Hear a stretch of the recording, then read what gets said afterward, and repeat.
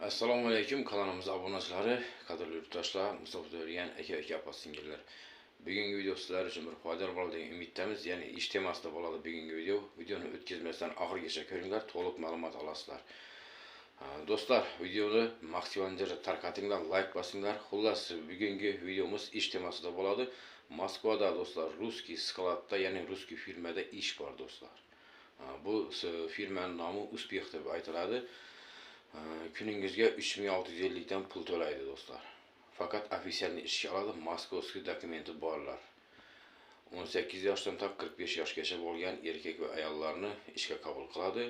Yotoqxona bepul, borib kelish bepul, registratsiya o'sha yotoqxonaga o'zlari besplatni qilib berar ekan, formangizni ham beradi.